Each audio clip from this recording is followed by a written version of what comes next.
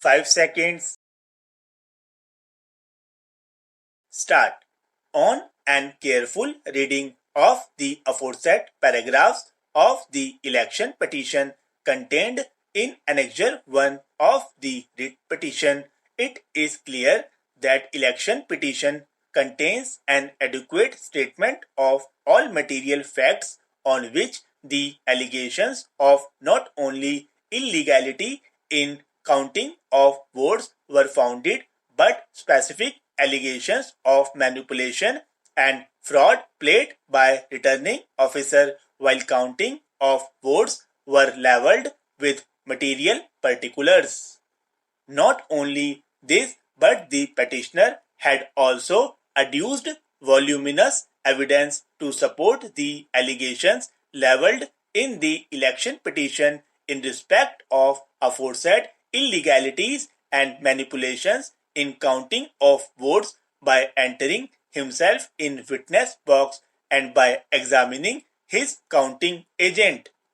The aforesaid version of election petition was also supported by the other candidates by filing their affidavits before the election tribunal, which clearly established that the petitioner had adduced sufficient evidence affording a good ground for believing that manipulation was done and fraud was played while counting of votes by returning officer. Therefore, in my opinion, the only way to decide the dispute and to do complete justice between the parties was order for recounting of votes.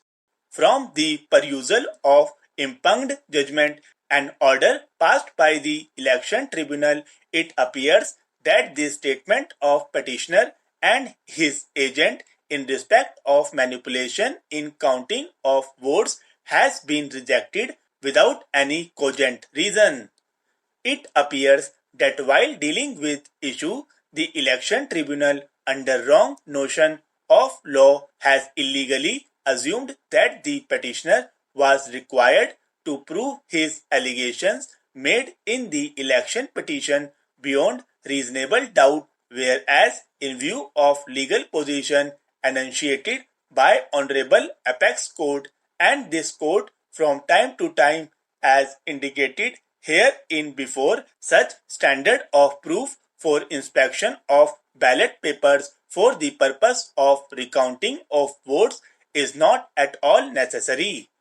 The election petitioner was required merely to adduce such evidence on the basis of which allegations could be prima facie established, affording good ground for believing that there has been mistake or illegality or manipulation in counting of votes, and further on the basis of such evidence, court or tribunal trying the election petition could be prima facie satisfied for directing inspection of ballot papers or recounting of votes.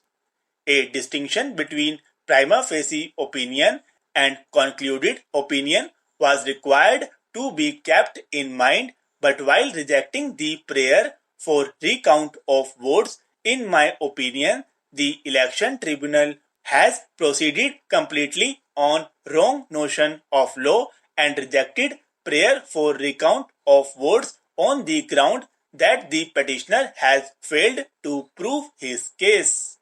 In this connection, it is to be noted that when the allegations in the petition were not vague or indefinite or frivolous, rather they were specific in terms and supported by oral evidence adduced before the election tribunal, inasmuch as affidavits of other candidates there was sufficient material before the election tribunal affording good ground to believe that illegality or manipulation was done in counting.